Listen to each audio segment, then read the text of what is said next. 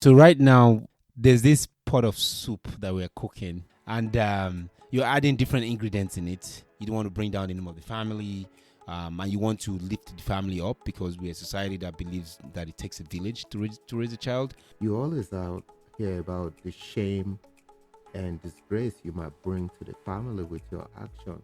There's a level of toughness that coming from Nigeria affords you. I guess it will start from how you came to the United States. I didn't come to the United States like a Davido of the world. I came to the United States with, don't think I have two briefcases. I think I only had one and maybe $250 to my name. So they'll give me money for food, but the money for food I'll keep it just so I can buy candle. Because I know there won't be electricity. I might need to study. So you know what? Whatever I think I'm doing right now, I'm privileged, I'm opportuned, I'm blessed. There is so many people that didn't have that opportunity.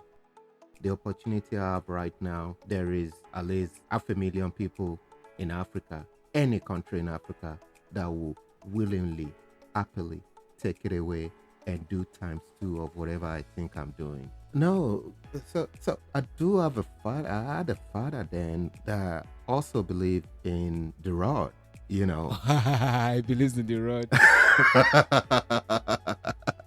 you know.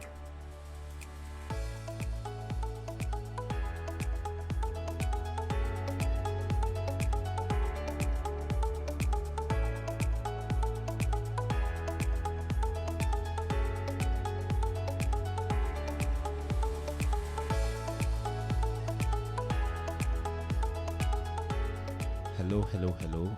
Welcome to another episode of Lost Lagosians. I'm your host, Brother Mike. On this show, we'll cover topics covering diasporans and Africans here in general in the US. And I know a lot of people have been really supportive of the show. They've asked a lot of questions about how we move forward. I have with me today a very, very important guest, a longtime friend. We've been friends for quite some time now.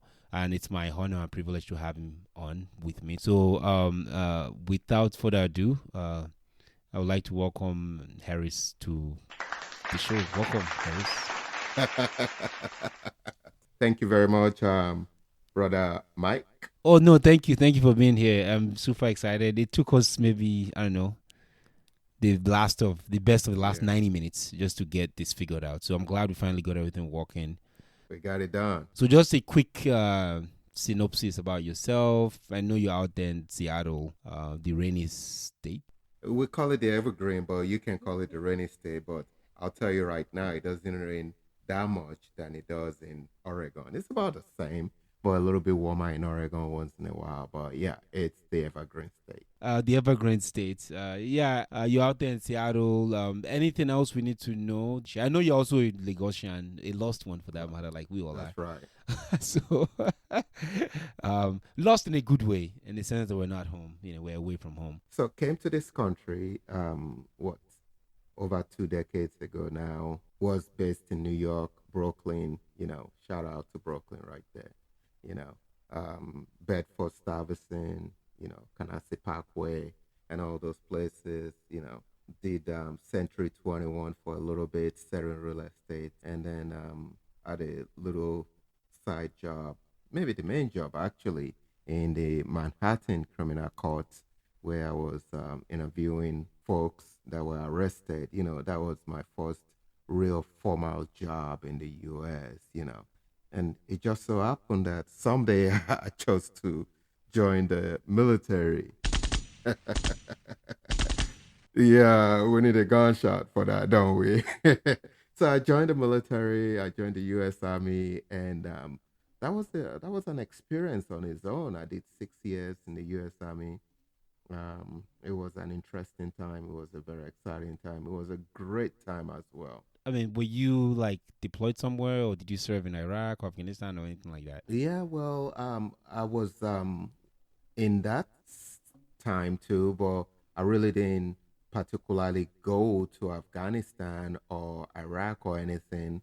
I supported from the Fort Lewis Madigan station most of the medical equipment that were going out to Iraq was coming through us, kind of within the continental United States. We are the last one to check those medical equipment before they went out.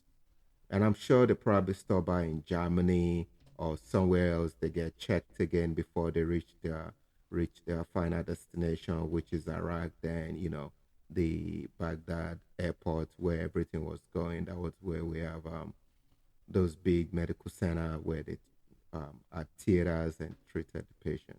It was fun. I had some experience over in Texas, which was interesting. I was in Wichita Falls, out there in Texas. Very nice place.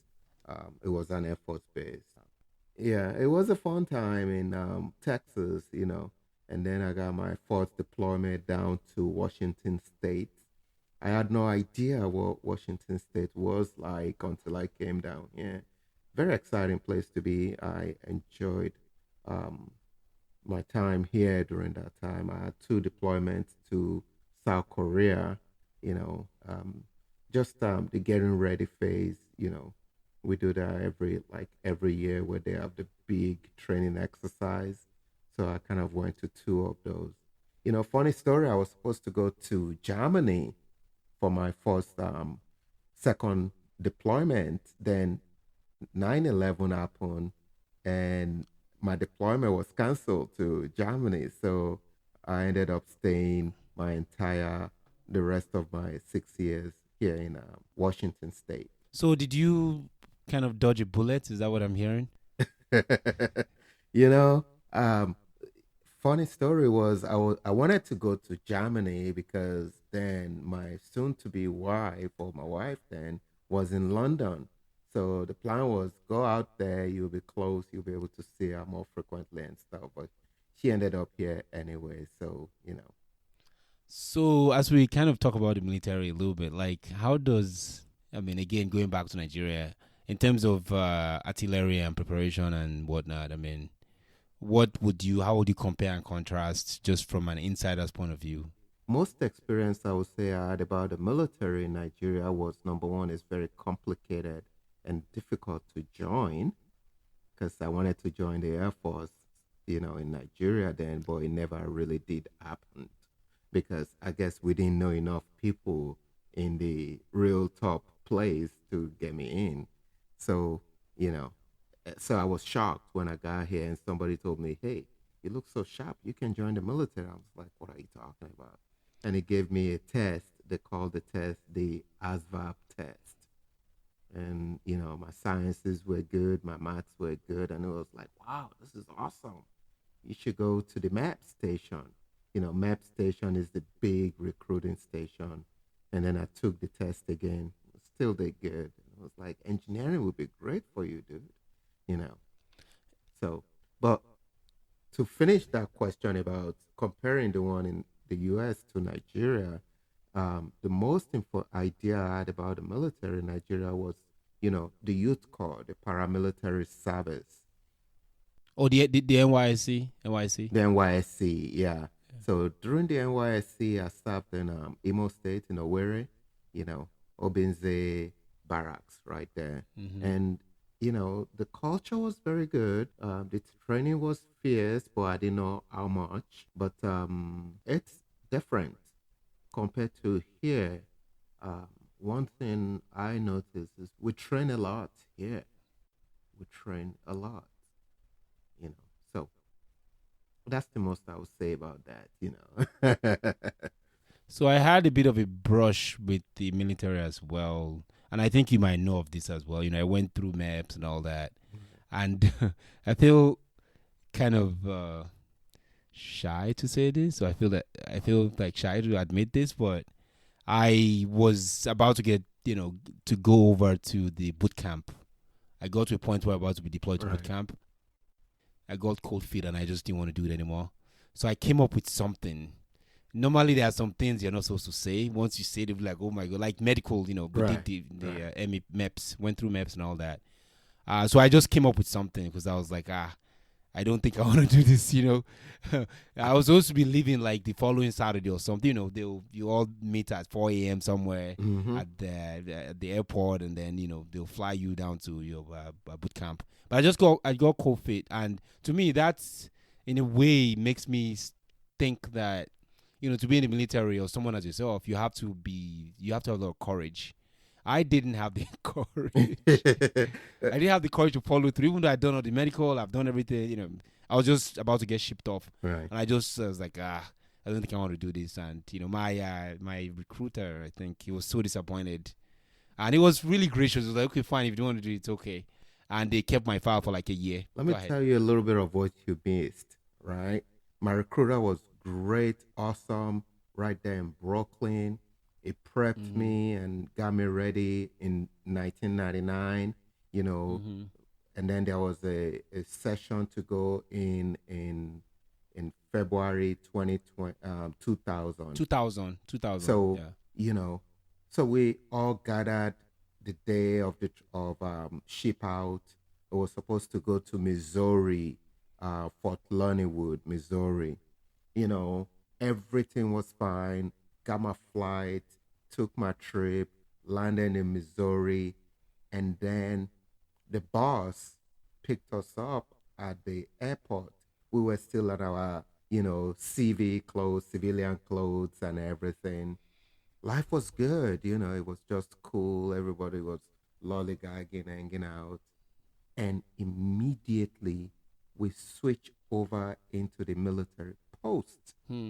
And the bus stopped at our final stop.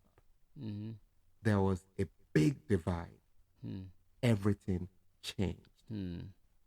At that point in time, these guys and girls that I now end up knowing as drill sergeant comes into the bus with stern face, straight voice, and it is in your face command. Wow. That is the point where things just change for you. And the story after that is this is it. Wow. Yeah, and then haven't gone through that, just to switch gears here, haven't gone through that, I think coming out of that, how does that like mentally prepare you? So I feel like there are two different things here, right? The first one is coming from Nigeria, you have that mental preparation, but I think the military gives another layer. So I guess my question is, does that help you in a way? Is that does your Nigerian experience help you be a better, school of hard knock person while you're in the military? Yeah, there's a level of toughness that coming from Nigeria affords you, and knowing that, okay, what do you do? Quit. Growing up, remember what happens to quitters. You quit in a fight, you cry back home. What happens to you? You get spanked again and sent back out. To go get some more beating or win this time. So the attitude is never to quit. Although from day one it was like, wow, this is different. But you just gotta go with it and continue to go with it. I think the mental torture for me was not the physical activities and the training. It was more of the fact that I was in the midst. Because I had a green card when I joined, I could not join as an officer. I had to start as an enlisted. Oh, okay. I did get a good bonus. Yeah, I got a good bonus for joining as an enlisted, financial bonus. But, the level of people you are training with are kids that just came out of high school, and you got, coming from Nigeria, a bachelor's degree under your belt. So there are some divide there that you have to constantly just swallow your pride and just dig in. Yeah, and the mental toughness and mental preparation, that's something I also experienced when I went through MEPS, At the time, I already had a bachelor's too. So, and you have kids just out of high school, just kids, just didn't know it. They didn't even know how to tie their shoes. Yeah. They were talkative and just, this is their country, whatever. But I think for me, I had that mindset that I knew what I wanted and I knew what I was going for. So I think in general, as a Nigerian, there's a lot of, most of us, like, we have this target. This is what we're going after, and we're going to go, So it's that spirit of decisiveness, or that spirit of, I want to get this, I want to get it done. That leads into my next question of, like, with you and what you are experiencing, as someone who's in the diaspora, could you speak to that Nigerianness, if I can say that makes Nigerians more driven in terms of getting their academics and people getting degrees upon degree, just determination and dedication that you've seen, how does that kind of, I guess, how can you kind of correlate that with just that being a Lagosian or being a Nigerian, that you're coming from somewhere, you just want to work hard and make sure you succeed? How does that correlate? I guess it will start from how you came to the United States. I didn't come to the United States like a Davido of the world. Yeah, right. Yeah. I came to the United States with, I don't think I have 2 briefcases. I think I only had one. Wow. And maybe $250 to my name. And it was all cash. It was all cash too, Yeah. So it's like, things were even good then. It was just about to start getting horrible, because I think I missed the Abacha time in Nigeria. And because of the fact that, you went through school in Nigeria, primary education, secondary education, and going through the secondary education, I think that's where you really learn a lot of your toughness, because the way you study is unique to reading with lanterns, with lamp, kerosene. And if you are driven, at times it's flashlight. If you are driven, and I love to read at night, and I'm doing calculus, I'm doing maths, I'm doing science, and in the middle of the night and going. Why? Well, because, I really wouldn't ever describe myself as extremely brilliant or anything. I'm just dedicated to whatever craft I want to be in. So if it takes somebody like you, smart guy, 20 minutes to get something, it might take me 4 hours. But one thing I know is I'm going to get it. And I'm going to work to make sure I get it.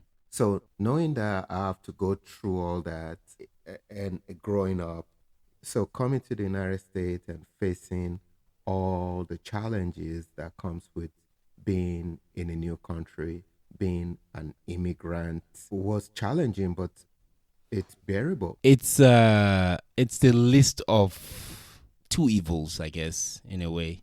I said why earlier because I also did something similar, whereby, candle. I'll save money on candle. So they'll give me money for food, but the money for food, I'll keep it just so I can buy candle. Because I know there won't be electricity and I need to study. I said why also because there's something that drives us, especially as immigrants, like, something, especially as Nigerians, actually. We have this thing that kind of drives us to want to succeed.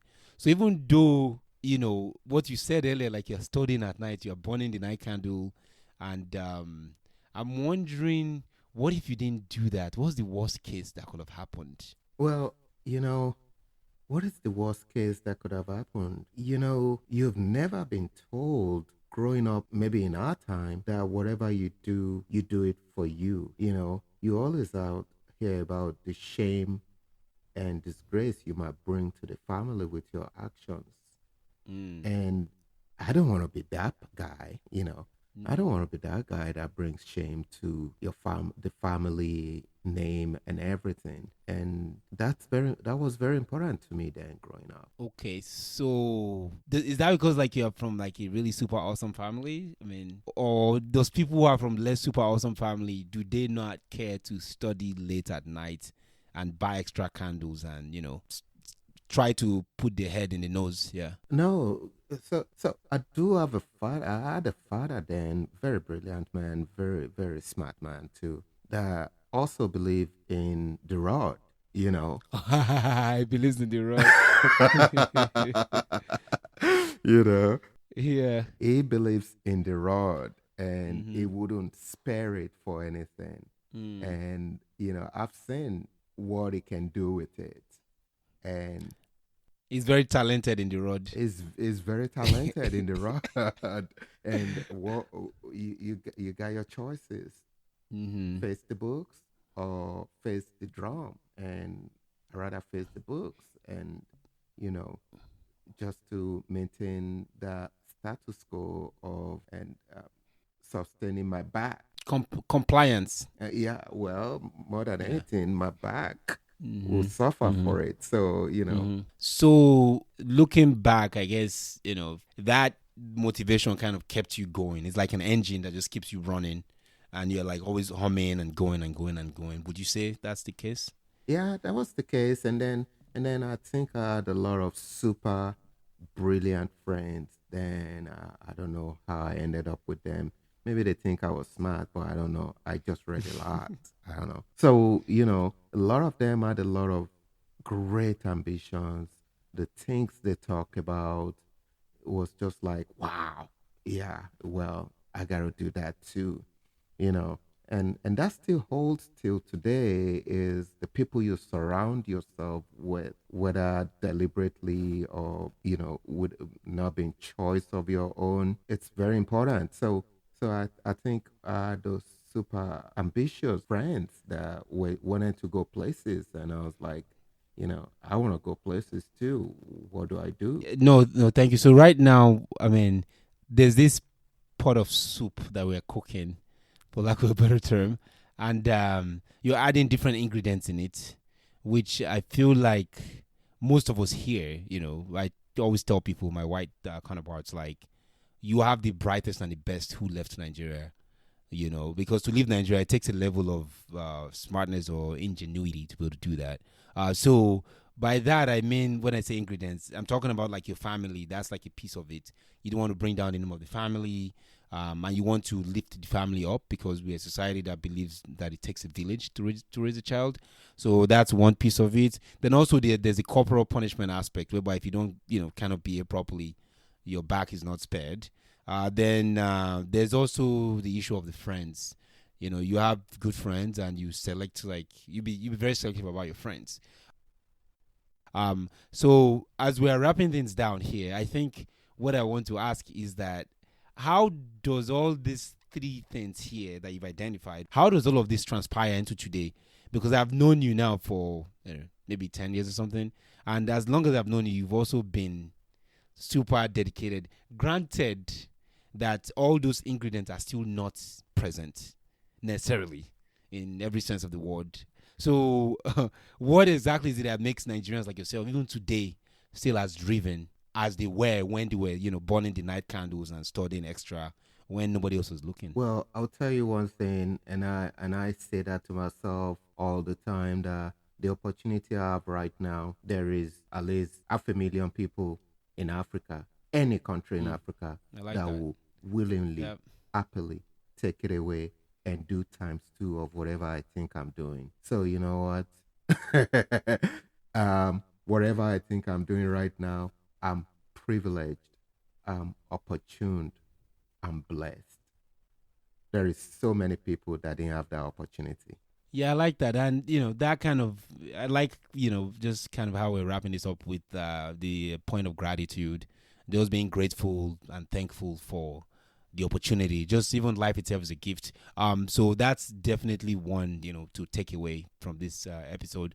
Do you have any parting or final thoughts or final words for our audience today? Well, I think this is great. It's good to get this going and get it started. You know, we've known each other now for what, over a decade Yep, now, it yep, feels yep, like. yep. And we've always had, I don't know how we come up with what we talk about, but we do anyway. And I hope we have some time to get some conversation going. We always have those tea that we brew at my place. But this time around, you brew your tea at your place, I'll brew my tea at my place, and we'll keep this going. Yeah, I love it. No, thank you so much. Thank you again for the opportunity. I want to thank Harris for being here today. It's been awesome to have you. It's a pleasure of mine, and also for the audience. You will be hearing more of this this gentleman here. Definitely, you'll be hearing him more of him. Other than that, I just want to say thank you all for listening to this episode. It got a little bit deep there for a minute, and then somehow we're able to pull it out again, and keep the light part going and keep it lighthearted. So thank you for listening. Please share, comment, subscribe. We're now on YouTube, so it's not just the podcast only. We're also on YouTube. If you wanted to share, please go ahead and do that. You can also subscribe to our channel on YouTube. Feel free to comment if there's any questions, if you'd like to reach. Also, you can follow us at Lost Lagosians at Twitter. You can also send an email to lostlagosians@gmail.com. Other than that, I'll see you in the next one, and we'll talk to you later. Bye now. Bye.